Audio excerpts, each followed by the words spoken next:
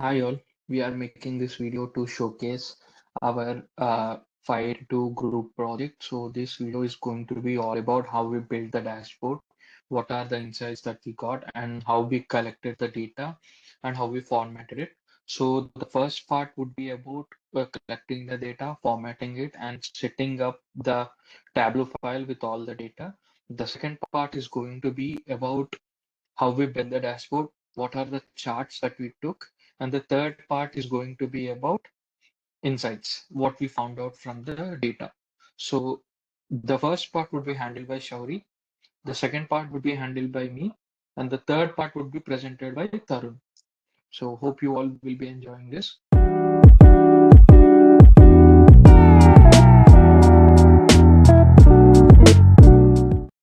Hi, my name is Lurth Balashwari, and in this group project, my main and primary role was collecting of data and well as data preparation and the cleaning of data. I was responsible for ensuring this data was accurate, reliable, and credible, as well as well structured and ready for the visualization and analysis that we're going to do in a Tableau. So, the data for this uh, project was gathered from a credible and reliable resource, which is our world in data, which is uh, a very credible resource, and it's commonly known for its transparent global datasets. Here you can find all types of global datasets, and similarly we found our datasets which we require for our project, which is the global primary energy consumption, CO2 emissions, the GDP of each country, as well as EV sales and non-EV sales of each country, and the energy consumption of each renewable resource. Uh, our main motto was to ensure the data is credible because it is essential to us to make sure the findings that we're going to find in our visualizations are reliable. So, in this thorough data preparation, it was crucial for producing a meaningful and trustworthy analysis. Our main goal was to show the impact of EV cells on CO2 emissions, but there is no direct impact since the EV cells are booming in last few years. But there were countries which were able to reduce the CO2 emissions through other means. And how does this EV cells really have an impact on CO2 emissions? There will be an impact on CO2 emissions, but it's a long shot. So we have integrated additional data sets, such as the GDP, energy consumption, and renewable energy usage to give our analysis a broader and deeper context. And my teammates will explain you why we considered these data sets and how does it relate to the main project goal, which is the impact of EV sales on CO2 emissions. So just like every other person, when we downloaded these data sets, we had a lot of issues. And one of the main issues that we had was with handling the null values, which is like this. So there were a lot of null values, but I tried to make changes by removing the null values and replacing it with zero in appropriate fields. This is going to prevent issues in Tableau visualizations, such as the gaps in your charts or misinterpreted aggregations, while still maintaining the data integrity. We should never delete a row or column just because it has null values. We just need to replace with zeros. And one more issue that we faced was mismatched country names. As you can see, each data set as a country column. As you can see, each data set has a country column. But the issues that we faced were, for example, the Russia. In some data sets, it represented as Republic of Russia, and in some data it's represented as Russia. And in Tableau, even if you have a hyphen or if you have extra space in different for one country, it's like extra space in the country name, and one country there is no space and it's just a single space, even then the Tableau, when you connect the data sets together, it doesn't consider that both the country names are same. So in order to fix this issue, I added each column saying country code for each data set, which enable us to connect the data accurately for with each data set. And it made sure there's a it by this it well, it made sure there is an accurate merging and consistent across all data sets. Then I pivoted the data sets to enable filtering as well as meaningful to provide meaningful comparisons. I pivoted these tables in a Tableau file, which were initially in the long format. Sorry, initially it was in wide format. So I made sure that was in long format. For example, the fossil electricity, fuel energy, renewable energy, and other energy resources. I pivoted these tables into one column saying as renewable energy resources, and I did it with the same with the other data sets, which has the wide format, and changed it to the long format. This was essential so that it would be more efficient for Tableau's filtering, aggregation functions, and allow us to analyze trends across countries and time more effectively. On top of that, we also pivoted the tables like EV sales, non-EV sales, just as sales, as well as in GDP, we have pivoted the year values. It's never good to have a wide format. It should always make sure your tables are in long format to enable proper filtering and well as Fourier analysis. Next, my friend will continue with the charts that we prepared and how we prepared those charts. In this part of the video, I will be presenting you the dashboard and how we built it. So this is our dashboard. So in this dashboard, we majorly used bar charts with dash. So what we have done is like we use bar to show the current year value. Current year meaning the year that the user has chosen. Suppose 2020 for example. All the bars that you are seeing,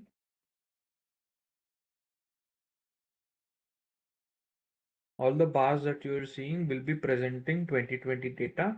All the dashes would be presenting 2019 data. So that means you can see both years simultaneously. So the main reason to pick this particular design is that our analysis, our insights, our storytelling majorly depends on comparing the data from the previous year. So we would like to show how the changes have come along year by year.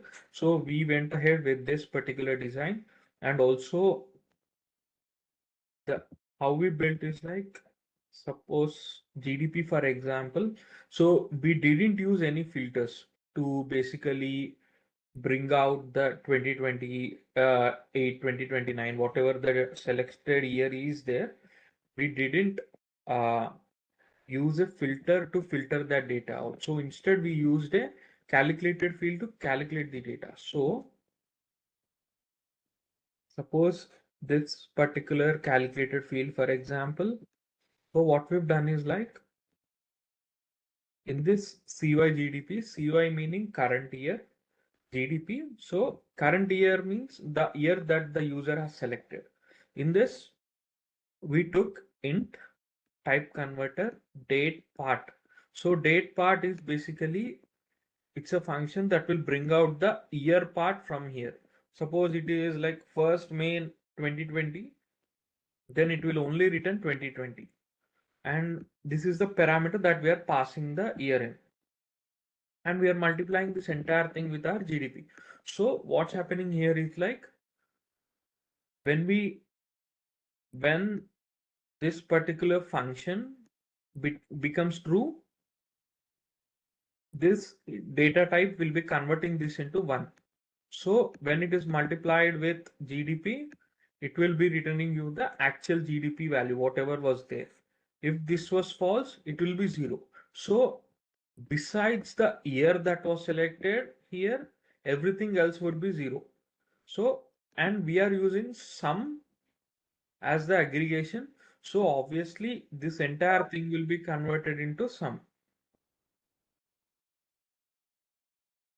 So in this way, we are presenting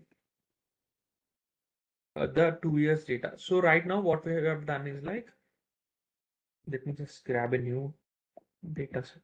So the current year GDP that we built, and in the previous year one in PY, what we have done is like we just we just minus 1. So basically this parameter will be returning us a integer value. So we are just making it as -1. Suppose if this thing returns 2020, we are minusing 1 year from it, so it will be 2019. So everything that is true with 2019 will be aggregated of this value. So that means that you will only get 2019. So you will put this here, just right click, dual axis, make sure it is synchronized, and do not forget your dimension. In our case, it's country, and make sure that you convert these into bars, these into grid lines, descending order, and I only wanted to present the top 5, so I'm using index.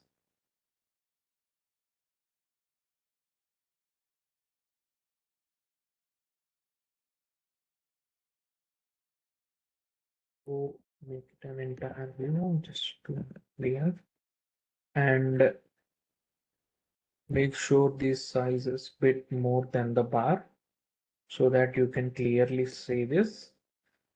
And apart from these, we were also showing them the percentage changes that were there, and also the actual value. This is the current year value, whatever the bar was representing. So for these, in here in CY, make sure to drop the same field that you used. So in this way you'll get it, but format this just to have it clear, make it billion. Yeah. So this is how you can get the double chart, and let's remove this stuff.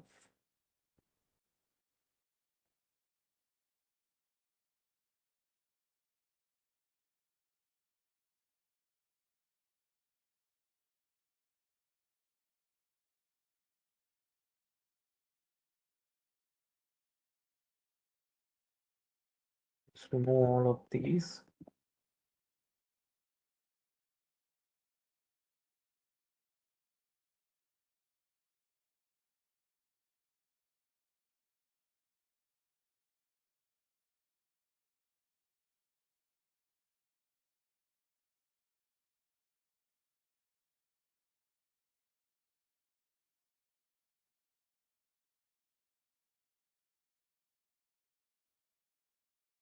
All of this.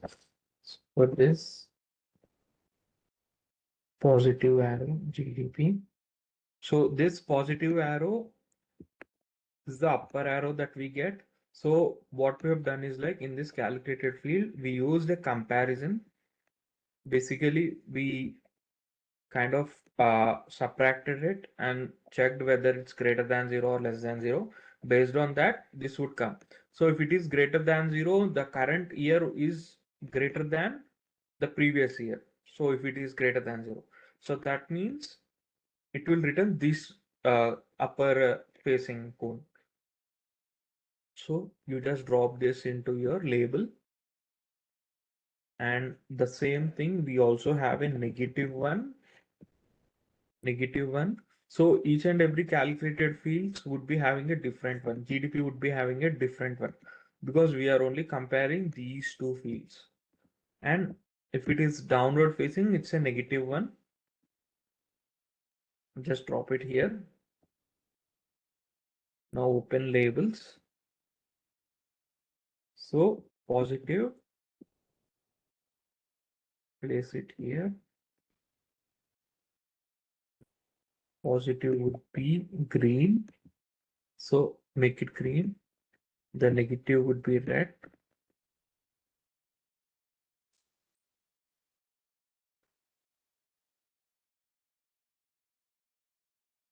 Make it red. Tableau bold. I always prefer bold, so I'm going with it. So this is how you can get, and we still need the percentage. We need this. So for percentage, we'll be calculating it the traditional way. Difference in GDP. Drop it here. So this is the calculations that we used. So we basically subtracted the current value with the previous and divided it with the previous value. So in that way, you will get the percentage change that has happened, and also just format it to the percentage. Okay. Also make this tab bold. We need to change it here. So this one will come here. It's tab bold.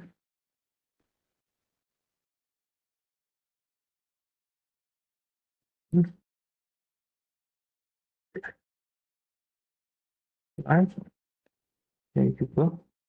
As you can see, we got all the stuff.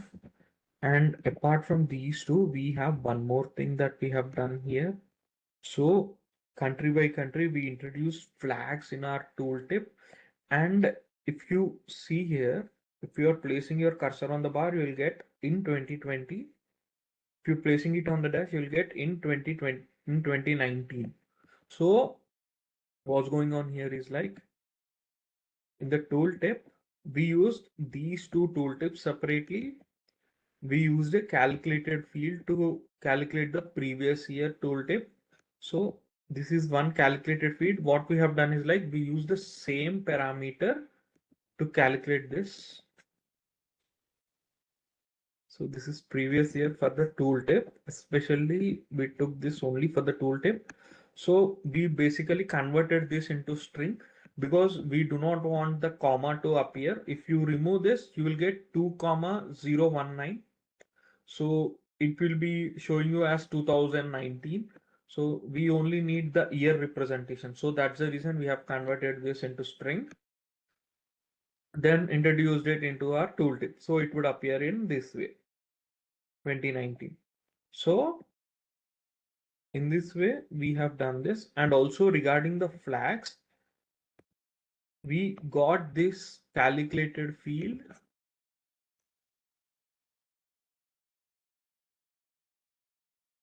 where we basically tied the country codes of each individual country with their flags. So all these are on internet. So the Tableau will be accessing the net and also getting these flags from the net directly. So everything will be there, and we had just inserted this into our sheet.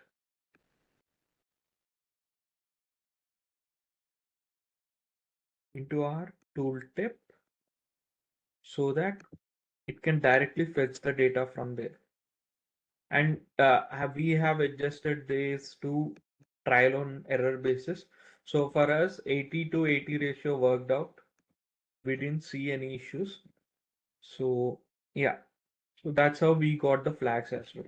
And besides these two, we also had a line chart to show basically through years what was the trend for the global emissions. The real reason to choose this particular line chart only in specific is because when you have time on one axis, like for example, we have year here on one axis, line chart is the only thing that makes sense to show the trend. And besides these two, we used scatter plots to show our relations. How are the relations between two measures? So this will be further explained by Tarun in our next part of this video. Is Barigala Karun, and today I'm here to walk you through the insights derived from our Tableau dashboard. So, to tell a meaningful data story, it's crucial to answer these three following questions. One is who, what, and how. So, who is our targeted audience?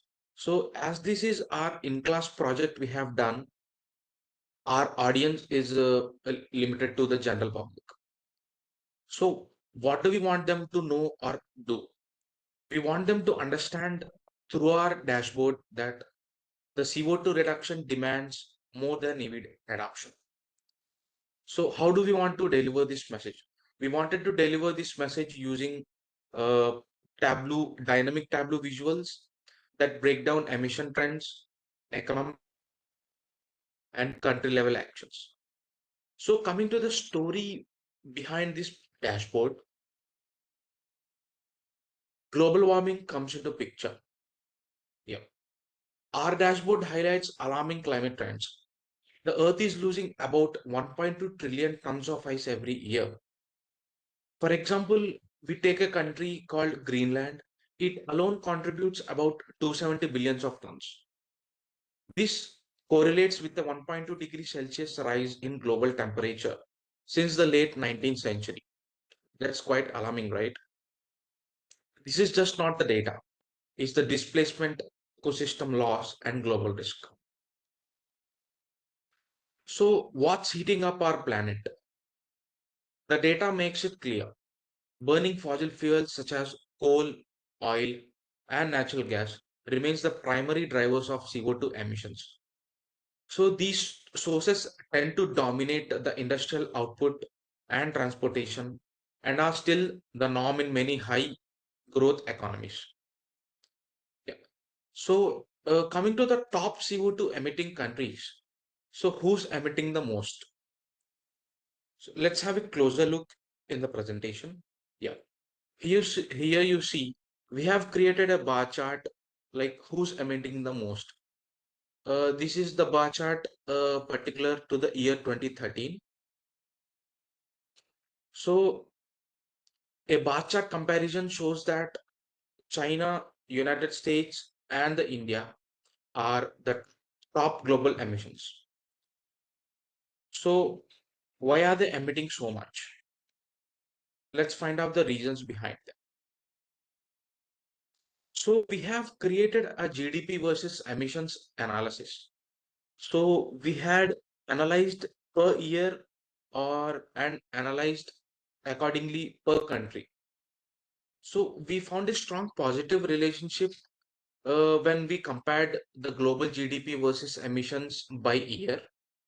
Instead, we had the emissions versus GDP by country. We had not obtained a very positive relationship. So this can be like uh, this scatter plot shows that GDP isn't only a predictor of emissions. While high GDP countries often emit more, some and some of the countries emit less. Every country has their own way. Yeah. So as we see,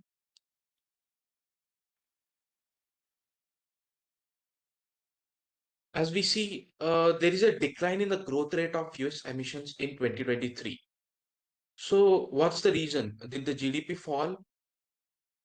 Our graph shows that notable drop in US emissions in 2023, even as the GDP continued to rise. This means economic output didn't take a hit. Cleaner energy and EV adoption comes into place. So how did they manage to decrease emission? They they shifted towards renewables, improved fuel efficiency standards, and a significant investment in clean transportation. Yeah. So like how to encourage the use of how to encourage the use of renewables? Does this have any impact? So which country is leading in EV usage? So we examined global EV usage in 2013 versus 2023. Norway emerges as the global leader in EV penetration. Since the transport accounts for about 25% of all global CO2 emissions, this shift has a measurable impact. But shifting to EVs is not only the full answer. Like, so, uh, so can we consider another country? Yeah, let's take an example of another country, Germany. Germany provides a compelling counterpoint. From 2013 to 2023, they cut over 1192 million tons of emissions, not only through EVs, but through aggressive renewable energy expansion. So, especially we can take wind and solar. So, this proves that policy and infrastructure, not just technology adoption, shapes the climate. Yeah. So, these are the types of energy by fuel and types of energy by fuel versus 2013 and 2023 in the country of Germany. Yeah. So coming to the final insights we have derived, our Tableau dashboard supports three core conclusions. EVs are necessary but not sufficient to address global warming. Government-driven renewable energy policies are too essential. Countries like Norway and Germany provide blueprints, one through EVs and other through renewables, and they both are successful. So this is the story we have put behind our dashboard. I hope you liked it. Before we conclude, I would like to sincerely thank my group members for their hard work, collaboration, and insight throughout their project. Your contributions made the dashboard a truly meaningful one. And I would like to add a special thank you to our professor Shirley Huang. Her guidance, feedback, and encouragement helped shape our vision and sharpen our understanding of data storytelling and visualization. Thank you.